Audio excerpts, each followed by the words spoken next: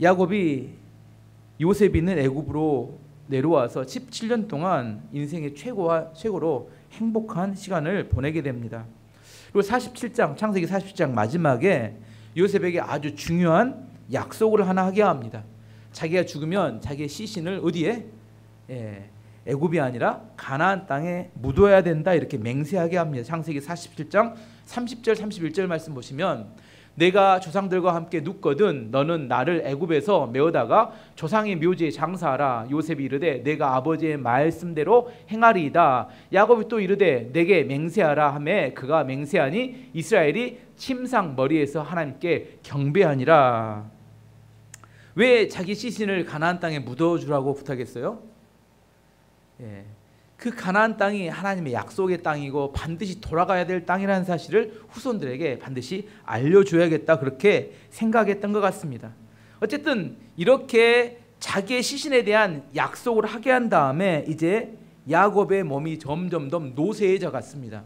이제 죽을 날이 얼마 가깝지 않은 것을 알게 됐을 때 요셉이 자기 두 아들들을 데리고 야곱에게 찾아갔습니다. 1절 2절 말씀 보시면, 얼마 후 요셉은 아버지가 매우 편찮으시다는 이야기를 들었습니다. 그래서 요셉은 두 아들 므낫세와 에브라임을 데리고 아버지께로 갔습니다. 요셉이 오자 누군가가 이스라엘어로 부르는 야곱에게 당신의 아들 요셉이 당신을 보러 왔습니다 하고 말해 주었습니다. 야곱은 몸이 너무나 약해져서 가까스로 침대에 앉을 수 있었습니다.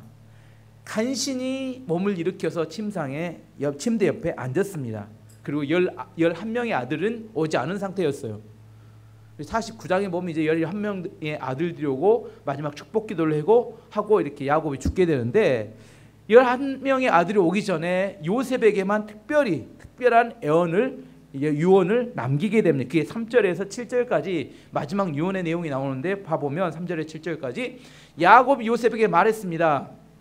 전능하신 하나님께서 가나안 땅 루스에서 나에게 나타나셨다. 하나님께서는 그곳에서 나에게 복을 주셨다. 하나님께서 나에게 말씀하셨다. 내가 너에게 많은 자손을 주고 많은 백성의 아버지로 삼아주겠다. 내 자손에게 이 땅을 영원히 주겠다. 내 아들들은 내가 오기 전에 이곳 이집트에서 태어났지만 이제부터 그 애들은 내 아들이다. 에브라임과 므낫세는 루벤과 시몬과 마찬가지로 내 아들이 될 것이다. 너에게 다른 자녀가 생긴다면 그 애들은 내 자식이 될 것이다. 하지만 그 애들도 에브라임과 므낫세와 마찬가지로 땅을 받게 될 것이다. 내가 바단에서 왔을 때 라헬은 가나안 땅에서 죽었다. 그때 우리는 에브라 쪽으로 가던 중이었다. 라헬이 죽어서 나는 너무나 슬펐다. 라헬을 에브라스로 가는 길가에 묻어주었다. 에브라스는 지금의 베들레헴입니다. 세 가지 중요한 마지막 유언을 남깁니다. 첫 번째는 내가 형에게 죽임을 당할 것을 피하기 위해, 아버지께 축복을 받고 피하기 위해서 형을 피해서 바단 아람으로, 외삼촌 집으로 도망갈 때 어디에 노숙을 하게 됩니까? 베델, 루스라고 하는 베델에 노숙을 했을 때 하나님께서 자기에게 나타나셨다는 그때를 상기하며 이야기합니다. 그때 하나님께서 나에게 복을 주셨는데, 그때 뭐라고 하셨냐면 내 자손이 많아질 것이고 이 땅을 모두 다 누구에게? 내 후손에게 주겠다, 이렇게 하나님이 약속하셨다는 겁니다. 이 이야기를 지금 누구에게 해주고 있어요? 요셉에게만 특별히 해주고 있는 겁니다. 이게 왜 중요할까요? 우리는 이게 무슨 의미인가 우리 뻔히 성경 보면 나와 있는 아는 이야기잖아요. 근데 그 당시에는 뭐가 없었어요? 성경책이 없었어요. 이 이야기를 야곱이 몇 년 전에 들어요? 수십 년 전에, 거의 100년 전에 이렇게 들었던 이야기를, 지금 147살이니까 100년 전에 들었던 이야기인데 그 이야기를 자식들이 알아요, 몰라요? 듣긴 들었지만 잊어버리죠. 왜냐하면 성경책, 우리는 날마다 성경을 읽지만 그걸 자세히 들어주지 않으면. 근데 이게 뭐냐면 이 야곱을 통해 주어질 이 가정의 축복의 하나님 약속의 말씀입니다. 지금으로 생각하면 성경 말씀과 같은 거예요. 근데 이야기를 누구에게 다시 전달해줘요? 요셉에게 전달해 주는 겁니다. 성경이, 모세가 성경을 처음 기록한 게 창세기인데 모세 이전에는 성경책이 없었어요. 그러면 어떻게 이게 기록됐을까요? 구조원으로 말을 통해서 전달되었던 거예요. 근데 이 중요한 이야기를 누구에게 전달해줘요? 요셉에게 유언으로 전달해 주는 겁니다. 이게 믿음의 유언입니다. 믿음의 유산입니다. 어쩌면 돈을 물려주는 것보다 하나님의 약속을 물려주는 것이 가장 중요한 유산이었을지 모릅니다. 왜냐하면 하나님의 약속을 반드시 지키시기 때문입니다. 요즘으로 말하면 여러분이 죽을 때가 됐을 때 자녀에게 뭘 물려주시겠습니까? 평생 본 성경책, 거기에 여러분의 간증과 여러분의 깨달은 것들이 자세히 적혀져 있는 성경책, 그 성경책에다 여러분이 누구 자식 3명 중에 의신이든지 수연이든지 애연이 누구에 갈지 모르겠지만 이름을 적어서 그 자식에게 물려줄 수 있으면 그게 어쩌면 하나님의 약속이 나에게서 그 자녀에게로 흘러갈 수 있는 믿음의 유산이 될 수 있는 그런 것을 이야기하는 겁니다. 야곱은 자기가 가졌던 믿음의 유산을 누구에게? 요셉에게 특별히 더 물려주었습니다. 그리고 또 두 번째는 뭐냐면 요셉의 두 아들이 있었어요. 에브라임과 므낫세와 에브라임. 그 아들들이 내 아들이 아니라 이제 내 아들로 삼겠다. 두 아들을 그렇게 이야기. 이게 무슨 의미냐면 야곱은 나중에 이스라엘 백성들이 가나안 땅을 차지하게 되면 땅을 분배할 것을 믿음으로 알고 있었던 것 같아요. 그때 다른 아들들에게는 다 한 배씩 주지만 누구에게? 요셉에게는 2배를 주고 싶었던 것 같아요. 이게 무슨 의미예요? 이스라엘에서는 장자에게는 2배의 축복을 줍니다. 다른 아들들에 비해서. 근데 그 장자의 축복을 누구에게 주고 싶었어요? 요셉에게 주고 싶어서 요셉의 두 아들들을 내 아들로 만들어서 므낫세와 에브라임으로 만들어서 2배의 땅을 기업으로 물려주겠다, 이런 약속입니다. 다른 아들들은 1, 하지만 요셉은 2, 이렇게 이야기해서 축복을 이야기해 주는 겁니다. 장자의 축복을 요셉에게 물려주겠다, 이렇게 이야기했습니다. 근데 실제 나중에 땅을 분배받을 때 보면 요셉 지파는 없어요. 므낫세 지파하고 에브라임 지파가 땅을 물려받은데 그 땅의 크기가 실제로는 2배가 아니라 한 5배는 됩니다. 한 지도를 한번 봐보시면 12지파인데 혹시 므낫세와 에브라임 보인가요? 므낫세는 오른쪽에도 있어요. 위에 보면 므낫세가 땅이 크죠. 왼쪽에도 므낫세가 있어요. 므낫세 땅이 엄청 커요. 물론 유다 지파가 제일 땅이 커요. 하지만 므낫세하고 위에 므낫세 지파, 그다음 에브라임 지파도 땅이 큽니다. 그래서 실제로 땅의 크기로 보면 다른 지파의 한 5배의 축복을 받아야 됐습니다. 아시겠죠? 두 번째 축복은 뭐냐면 그 땅을 2배로 주겠다. 장자의 축복을 요셉에게 주겠다 약속했습니다. 세 번째는 뭐냐면 요셉의 어머니였던 라헬에 대한 이야기를 해줍니다. 라헬을 내가 너무 사랑했는데 그 사랑하는 라헬이 베들레헴으로 돌아오던 중에 죽어서 거기에 장사했다. 왜 이걸 알려줬을까요? 무덤 위치는 알려줘야죠. 왜냐하면 돌아가면 이렇게 무덤을 찾아야 되니까. 지금도 성지순례 가면 베들레헴 가면 꼭 라헬의 이렇게 무덤에 성지순례를 합니다. 있어요. 실제로 있습니다. 이게 라헬의 무덤이라고 알려줍니다. 어머니가 어디 묻혀 있는지 죽을 때 누가 생각나요? 가장 생각나는 게 가장 사랑하는 사람이 생각나는 것 같아요. 어쨌든 아들에게 세 번째 어머니의 무덤의 위치를 알려주면서 요셉에게 그 어떤 특별한 유언을 하게 됩니다.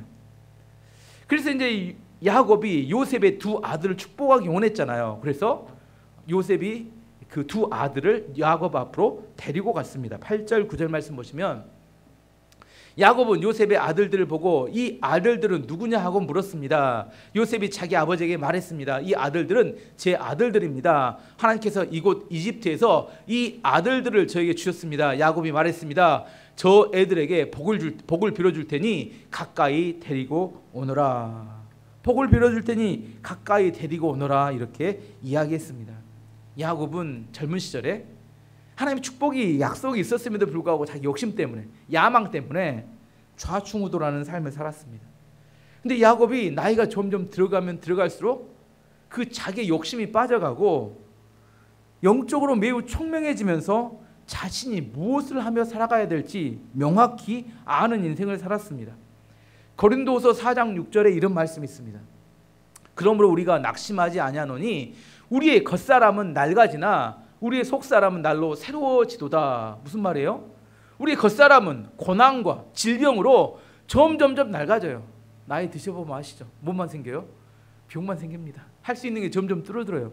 점점 낡아져요. 하지만 속사람은 점점 어쩐다고요? 날로 새로워진다는 겁니다. 꼭 야곱을 이야기하는 것 같아요. 젊은 시절에 자기의 야망과 자기 욕망에 눈이 팔려서 좌충우돌을 항상, 그래서 바로 왕이 뭐라고 고백해요? 나그네의 인생이 130년이었는데 조상들보다 짧게 살았지만 너무 고생스러웠습니다. 너무 힘들었습니다. 이렇게 고백을 합니다. 하지만 그는 나이가 들어서 점점 몸은 후피했지만 낡아지지만 점점 영은 새로워져 가고 있었습니다. 반면에 이와 정반대로 살았던 분이 한 분 계세요. 누구예요? 그의 아버지 이삭. 아버지 이삭은 젊은 시절에는 영적으로 총명했어요. 들판에 나가서 묵상하며 하나님을 기억하며 하나님의 뜻을 따라 살았어요. 어린 시절에 아버지가 그를 모리아산에 죽이려고 했을 때 순종하는 아들이었습니다. 근데 나이가 점점 들어가면 영적으로 점점 어두워져 갔습니다. 창세기 27장 1절에서 4절 그가 어떻게 자식들을 축복했는지를 보면 알 수 있습니다. 이삭이 나이가 많아 눈이 어두워 잘 보지 못하더니 맏아들 에서를 불러 이르되 내 아들아 하매 그가 이르되 내가 여기 있나이다 하니 이삭이 이르되 내가 이제 늙어 어느 날 죽을지 알지 못하니 그런즉 내 기구 곧 화살동 활을 가지고 들에 가서 나를 위하여 사냥하여 내가 즐기는 별미를 만들어 내게로 가져와서 먹게 하여 내가 죽기 전에 내 마음껏 내게 축복하게 하라. 이때가 제가 설교할 때 한 100살 정도 됐다고 했습니다. 이삭이 몇 살에 죽었을까요? 180살에 죽었습니다. 그럼 앞으로 몇 살을 더 살아야 돼요? 80살을 더 살아야 돼요. 한 중간만큼 왔는데 뭐라고 생각해요? 눈이 침침하고 어두우니까 이제 죽을 때가 됐다 이렇게 생각했다는 겁니다. 사실 성경은 눈의 상태가 몸의 상태 중에서 영적인 상태를 상징한다고 이야기할 때가 많아요. 대표적으로 모세가 나이가 120살이 되어 죽게 되었을 때 눈이 흐리지 않았다 이렇게 기록합니다. 신명기 34장 7절 말씀 보시면 모세가 죽을 때 나이가 120세였으나 그의 눈이 흐리지 아니하였고 기력이 쇠하지 아니하였더라. 몸도 건강했고 눈도 흐리지 않았다는 것은 영적으로 매우 총명한 상태였다는 겁니다. 마태복음 6장 22절 23절 말씀 보시면 눈은 몸의 등불이니 그러므로 내 눈이 성하면 온 몸이 밝을 것이요 눈이 나쁘면 온 몸이 어두울 것이니 눈의 상태가 몸의 상태를 나타낸다 그렇게 이야기합니다. 특별히 눈은 영적인 상태를 이야기합니다. 이삭이 눈이 어두워졌다 이것은 이삭의 영적으로 어두워져 가고 있었다는 것을 의미합니다. 영적으로 어두워졌다는 건 뭘 의미하냐면 내가 무엇을 해야 될지 잘 모른다는 것을 의미합니다. 하나님께서 야곱이 태어날 때 에서가 태어날 때 누구를 선택하셨어요? 야곱을 선택하셨어요. 내가 야곱을 선택했고 에서를 버렸다. 야곱을 에서가 섬기게 될 것이다 그렇게 분명히 말씀하셨어요. 그런데 그 이야기를 뭐예요? 무시합니다. 그리고 누구를 축복하기를 원했어요? 장자로 장자권을 주기 위해서 축복을 에서를 축복하기를 원했습니다. 분명히 하나님 뜻이 아님에도 불구하고 누구를 좋아했어요? 자기가 좋아하는 에서를 불러서 축복해 준다고 뭐 해요? 가서 사냥해서 요리를 맛있게 만들어 오면 내가 그 요리 맛있게 먹고 축복해 주겠다. 하나님 뜻도 무시하고 축복을 자기의 이익의 도구로 사용합니다. 근데 결국 어떻게 돼요? 이삭의 뜻대로 되지 않았고 하나님의 뜻대로 야곱이 축복을 받았습니다. 야곱은 이런 모든 과정을 다 알고 있었습니다. 그래서 그는 어거지 쓰지 않고 하나님의 뜻대로 되기를 바랬던 것 같아요. 아버지의 실수를 반복하지 않고 본인이 어떻게 축복해야 될지 자식들을 축복해야 될지 분명히 알고 있었던 것 같습니다. 10절에서 12절 말씀 보시면 그때 야곱은 나이가 많아서 눈이 어두웠습니다. 요셉은 아들들을 야곱에게 가까이 데리고 왔습니다. 야곱은 아들들에게 입을 맞추고 안아주었습니다. 야곱 요셉에게 말했습니다. 너를 다시 만나게 되리라고는 생각도 하지 못했는데 하나님께서 너뿐 아니라 내 아들들도 보게 해주셨구나. 요셉은 두 아들을 야곱의 무릎에서 떼어놓은 다음 땅에 엎드려 절했습니다. 야곱은 요셉의 두 아들들을 가까이 오게 해서 입 맞추고 감사의 고백을 했습니다. 내가 요셉 너를 다시 만나게 되었는데 그 너의 아들들까지 만나게 되니 이게 얼마나 감사하고 감격한 일인지 모르겠다. 야곱의 마지막은 감사가 흘러넘치는 그런 마지막이 되고 있습니다. 야곱의 마지막은 어거지 쓰지 않았습니다. 감사가 충만했고 그는 하나님에 엎드려 경배하고 예배가 충만했고 그는 자녀들을 위해서 축복이 흘러넘치는 그런 시간을 보냅니다. 감사와 예배와 축복이 흘러넘치는 시간이 야곱의 마지막 시간이었습니다. 임종할 때 이 땅에 미련이 남아서 못 죽어 하고 버티다가 어쩔 수 없이 죽어가는 것, 이건 믿음이 아닙니다. 하나님을 신뢰하기 때문에 감사함으로, 예배함으로, 축복함으로 마지막에 믿음으로 우리가 하나님을 의지하며 갈 수 있어야 합니다. 야곱의 마지막은 영적으로 총명했기 때문에 자기 안에서 마지막을 잘 준비한 인생이었다는 겁니다. 어쨌든 야곱이 축복하기 원했을 때 요셉은 큰아들을 어느 쪽 손에? 야곱의 오른쪽 손에 딱 갖다 놓고, 두 번째 아들 에브라임을 야곱의 왼쪽 손에 가까이 딱 붙여놨습니다. 근데 야곱이 어떻게 해요? 갑자기 팔을 딱 엇그리듯이 이렇게 오른손을 둘째 에브라임에게, 왼손을 이렇게 큰아들 므낫세에게 딱 얹고 이렇게 기도를 하려고 하는 겁니다. 13절 14절 말씀 보시면 요셉은 에브라임을 자기 오른쪽에 두고 므낫세를 왼쪽에 두었습니다. 그래서 에브라임은 야곱의 왼쪽에 가까이 있었고 므낫세는 오른쪽에 가까이 있었습니다. 요셉은 아이들을 야곱에게 가까이 데리고 왔습니다. 그러나 야곱은 자기 팔을 엇갈리게 해서 오른쪽을 작은 아들인 에브라임의 머리에 얹고 왼쪽은 맏아들이 므낫세의 머리에 얹었습니다. 어쨌든 이렇게 손을 엇갈려서 얹고 나서 이제 축복 기도를 합니다. 이 축복 기도 기도하면 중요합니다. 여러분이 자녀들 축복 기도할 때 이렇게 기도해 주셔도 괜찮을 것 같아요. 좋은 축복 기도 같습니다. 15절 16절 말씀 보시면, 그러고 나서 그는 야곱입니다. 요셉에게 복을 빌어주며 이렇게 말했습니다. 내 조상 아브라함과 이삭이 섬겼던 우리 하나님, 지금까지 내 평생도록 내 목자가 되어주신 하나님, 내 모든 어려움에서 나를 구해주신 하나님, 어떤 하나님인지 하나님을 분명히 부릅니다. 이제 내가 기도드리오니, 기도 제목을 이야기합니다. 이 아이들에게, 이 손자들에게 복을 주십시오. 제 이름이 이 아이들을 통해 알려지게 해주십시오. 제 조상 아브라함과 이삭의 이름이 이 아이들을 통해 알려지게 해주십시오. 이 아이들이 이 땅 위에서 많은 자손을 가지게 해주십시오. 기도 내용은 두 가지예요. 첫 번째, 자기가 평생 섬겨왔던 하나님에 대한 믿음의 고백을 합니다.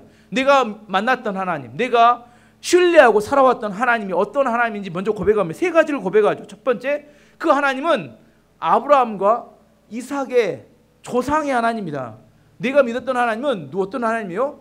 우리 아버지 이삭이 믿었던 하나님이고 우리 할아버지 아브라함이 믿었던 그 하나님이고, 두 번째, 지금까지 평생 내 목자가 되어주신 하나님. 평생 직업이 뭐였어요? 야곱의 직업은? 목축을 했던, 이렇게. 그래서 목자가 어떤 건지 잘 압니다. 근데 하나님은 자기를 어떻게 해줬다는 거예요? 자기를 목자처럼 평생 인도해 줬다는 겁니다. 먹여줬다는 겁니다. 세 번째, 모든 어려움에서 나를 구해주신 하나님. 이게 야곱의 마지막 하나님을 부르는 믿음의 고백입니다. 아브라함과 이삭의 하나님, 나를 평생 내 목자가 되어주신 하나님, 그리고 나를 어려움 상황에서 구원해 주신 하나님, 이 하나님의 이름으로 내가 자녀들을 축복한다는 겁니다. 어떤 이름으로? 축복의 내용이 이런 겁니다. 주님, 하나님, 이 아이들의 복을 주십시오. 첫 번째. 두 번째, 뭐요? 제 이름이 이 아이들을 통해서 알려지게 해주십시오. 그 다음에 아버지 이삭과 할아버지 아브라함의 이름이 이 아이들을 통해서 알려주시게 해주십시오. 마지막, 이 아이들의 자손들이 땅에 많아지게 해주십시오. 복을 주시고 자녀들이 많아지는 것은 축복이고, 제 이름과 우리 조상 아브라함과 이삭의 이름이 이 땅에 알려지게 해주시라는 것은 사명입니다. 축복 기도를 해주는데 뭐까지 이야기해요? 축복과 이 아이들이 이루어야 될 사명까지도 물려주었습니다. 그냥 복만 받게 해주십시오, 이게 아니었어요. 자녀들에게 축복 기도 해주라니까 잘 먹고 잘 살게 해주십시오. 하나님을 안 믿어도, 예배를 잘 드리지 않아도, 욕심대로 마음대로 살아도 무조건 돈 많이 벌고 성공하게 해주십시오. 이게 축복 기도가 될 수 있을까요? 어떻게 생각하세요? 이거 무당이 하는 기도지 축복 기도가 아닙니다. 하나님의 이름으로 이 자녀들이 하나님의 이름으로 하나님께 주시는 축복을 받고 또 하나님이 주셨던 사명을 감당하게 해주십시오. 이게 올바른 자녀들에게 축복을 흘러보내주는 축복의 내용입니다. 잘 먹고 잘 살고 이 땅에서 잘 되는 것, 이게 축복이 아닌 것을 알아야 합니다. 무당들에게 가면 그렇게 했지만 믿는 하나님의 백성들이 그렇게 축복 기도하는 거 아닙니다. 어쨌든 야곱이 이렇게 손을 엇갈려서 기도를 하니까 누가 부담스러웠어요? 옆에 보고 있던 요셉이 매우 부담스러웠습니다.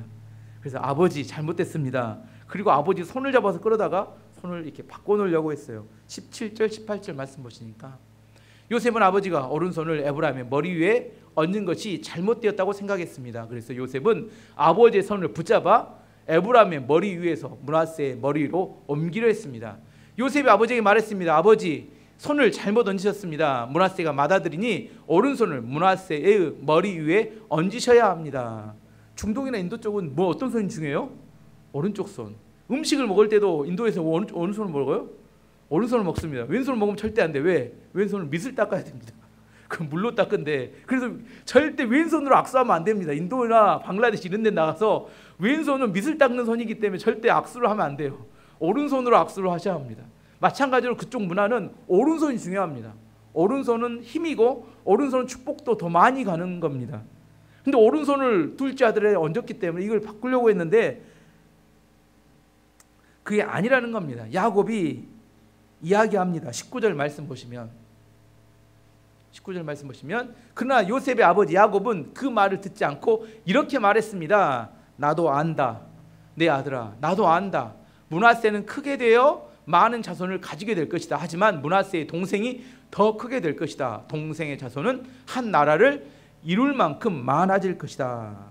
야곱이 뭐라고요? 나도 알고 있다. 지금 내가 치매가 걸려서 지금 잘못 판단한 거 아니다. 분명히 지금 어떤 건지 영적으로 나도 분명히 알고 있다. 므낫세도 많은 자손을 얻게 되겠지만 므낫세의 동생 에브라임은 더 큰 나라를 이룰 만큼 많아질 것이다. 뭐예요? 이 두 손자에게 축복 기도를 뛰어넘어 애원 기도를 해주고 있는 겁니다. 앞으로 이 자녀들이 어떻게 될 것인가에 대한 미래에 대해서 미래를 이야기하고 있는 겁니다. 영적으로 충만했던 야곱은 지금 영적인 그냥 축복이 아니라 미래에 지금 이루어질 일들에 대해서 지금 자기 후손들이 이루어질 일에 대해서 보고 있는 것 같아요. 어떻게 될지 보고 있으면서 이 자녀들의 미래를 예측하면서 기도해 주는 것 같아요. 특별히 49장에 11명의 나머지 자식들을 이렇게 축복해 줄 때도 그들의 미래가 어떻게 될지를 알면서 축복해 줍니다. 좀 이따 요셉에 대한 이야기를 통해서 어떻게 축복하는지 한번 요셉만 오늘 살펴보도록 하겠습니다. 어쨌든 야곱은 영적으로 총명했기 때문에 실수로 잘못된 축복을 한 게 아니었습니다. 어쩌면 하나님께서 그렇게 하도록 말씀하셨을지 모를 것 같아요. 제 생각에는. 누구는 실수했어요? 아버지 이삭이 실수했습니다. 분명히 하나님의 뜻은 둘째인 야곱에게 축복의 장자권이 흘러가야 되는데 그는 자기가 좋아하는 아들이었던 에서에게 그를 축복해 주려고 하다가 나중에 집안이 풍지박산되죠. 에서도 나중에 방탕한 삶을 살게 되고 야곱은 집을 떠나게 되고 두 부부만 나중에 외롭게 살아가게 되었습니다. 축복 기도란 어떻게 해줘야 합니까? 하나님의 뜻을 따라 해줘야 합니다. 자기의 기호 맞고 자기의 생각과 마음대로 해서 안 됩니다. 그래서 먼저 올바른 축복을 위해서는 먼저 하나님의 뜻을 분명히 알고 기도해야 합니다. 로마서 10장 2절 말씀 보시면 너희는 이 세대를 본받지 말고 오직 마음을 새롭게 함으로 변화를 받아 하나님의 선하시고 기뻐하시고 온전하신 뜻이 무엇인지 분별하도록 하라. 하나님의 뜻이 무엇인지 하나님 뭘 원하시는지 분명히 분별하고 축복 기도를 해야 합니다.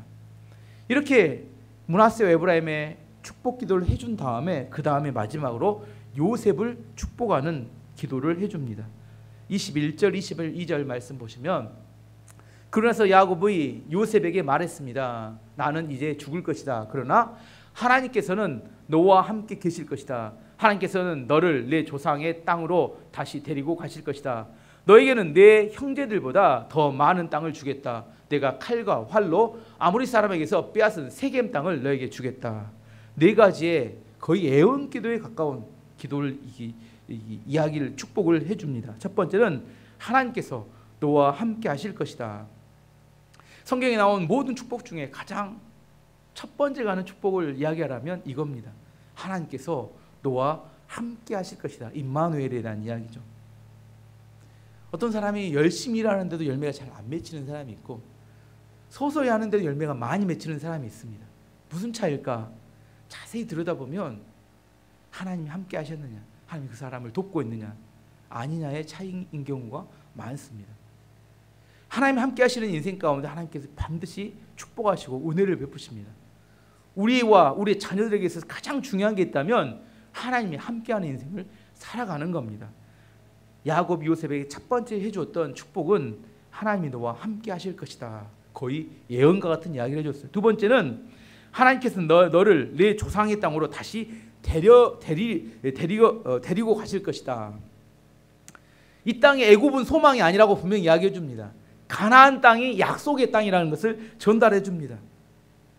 이 약속의 말씀을 듣고 나중에 요셉도 죽을 때 유언을 하죠. 뭐라고 하냐면 지금은 내가 이 땅에 시신으로 묻히지만 나중에 출애굽할 때 430년에 출애굽할 때 내 시신 유골을 반드시 가져가야 된다. 이렇게 유언을 합니다. 그 유언을 따라서 430년 후에 어떻게 돼요? 이스라엘 백성들이 출애굽할 때 요셉의 유골을 가지고 출애굽합니다. 아마 제 생각에는 야곱은 그 상황을 보고 있는 것 같아요. 그래서 뭐라고 예언을 해준 예언기도에 가깝다니까요. 하나님께서 너를 내 조상의 땅으로 다시 데리고 가실 것이다 이렇게 말씀했다니, 축복을 해줬다니까. 이건 뭐 하는 거예요? 지금 미래에 이루어질 일들을 지금 야곱은 보고 있는 것 같아요. 하나님께서 네 유골을 다시 데리고 가실 것이다, 조상의 땅으로. 세 번째는 뭐냐면 너에게 내 형제들보다 더 많은 땅을 주겠다. 이것은 땅을 분배받을 때 에브라임과 므낫세가 더 넓은 땅을 분배받을 것에 대한 이것도 예언기도에 가깝습니다. 마지막 네 번째는 뭐냐면 내가 아모리 사람에게서 빼앗은 세겜 땅을 너에게 주겠다. 이건 어떤 이야기냐면 430년 후에 이스라엘 백성들이 가나안에 들어가서 가나안 정복 전쟁을 합니다. 치열하게 전쟁하는 과정 중에 아모리 사람과 전쟁하는 모습을 보고 있는 것 같아요. 그 땅을 다 정복하고 난 다음에 그 세겜 땅은 너와 내 후손의 땅이 될 것이라고 이야기해 주는 것 같습니다. 그래서 제 보기에는 제가 오늘 성경을 묵상하며 읽어볼 때 야곱은 지금 애굽에 있지만 그는 미래 430년 후에 어떤 일이 벌어질지를 내다보면서 지금 자식들 한 명 한 명에게 축복 기도해 주는 것 같습니다. 축복 기도는 믿음이 없는 사람은 할 수 없는 겁니다. 아시겠죠? 이게 믿음의 기도입니다. 앞으로 이 자녀들에게 하나님이 주신 약속과 약속이 성취됐을 때 어떻게 될 것인지에 대해서 미래에 대한 것을 바라보면서 이 아이를 위해서 축복해 주는 것이 축복 기도가 될 수 있습니다. 그래서 믿음이 없으면 절대로 내가 어떤 기도를 해줘야 돼. 잘 되기를 원한다, 뭐 잘 먹고 잘 살기 원한다, 부자 되기를 원한다, 성공해, 이런 게 축복 기도가 아니라는 거예요.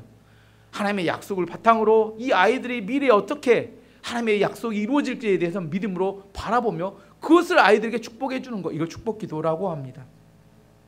저는 여러분에게 이 야곱이 어떻게 지금 축복해 가고 있는지, 이 축복의 모습도 볼 수 있어야 자녀들을 축복할 거 아닙니까? 어떻게 축복을 받아봤어야지. 왜냐하면 우리 아버지는 하나님 안 믿어서 어떻게 축복을 안 해줘서 어떻게 축복을 받아본 적이 없잖아요. 근데 이 야곱이 자녀들 축복한 걸 통해서, 구약 성경에 자녀들 이렇게 자세히 축복한 것이 야곱이 가장 많아요. 그래서 어떻게 축복하는지를 배워야 우리도 축복할 수 있을 텐데 야곱이 믿음으로 그 자녀들을 축복하는 것들을 배울 수 있기를 바랍니다. 오늘 말씀의 결론을 맺도록 하겠습니다. 야곱은 요셉과 요셉의 아들 두 아들을 축복하였습니다. 자신의 생각과 욕망을 따라 한 게 아니라 하나님의 뜻을 따라 순종하여 축복하였습니다. 그리고 요셉에게 장자의 축복, 2배의 축복을 해주기를 원해서 그 두 아들들을 내 아들로 삼겠다고 이야기했습니다. 야곱은 죽는 순간이 다가올수록 더 영적으로 총명해졌고 그의 마지막은 감사가 흘러넘쳤고 예배가 흘러넘쳤고 축복이 흘러넘치는 인생이었습니다. 죽음은 절대로 끝이 아닙니다. 죽음이 끝인가요? 죽음은 이 땅에서의 끝이지만 하나님 나라에서의 새로운 시작과 마찬가지입니다. 야곱은 어떻게 마무리를 지어야 되고 어떻게 시작해야 되는지를 너무나 선명하게 우리에게 보여주는 믿음의 사람의 모습이었습니다. 죽음 앞에 두려워하지 마시고, 죽음은 이 땅의 끝이지만 하나님 나라의 새로운 시작이기 때문에 죽음 앞에서 후손들에게 축복해주고 믿음의 유산을 남겨줄 수 있는 그런 지혜와 믿음이 있는 교회가 되시기를 축원합니다.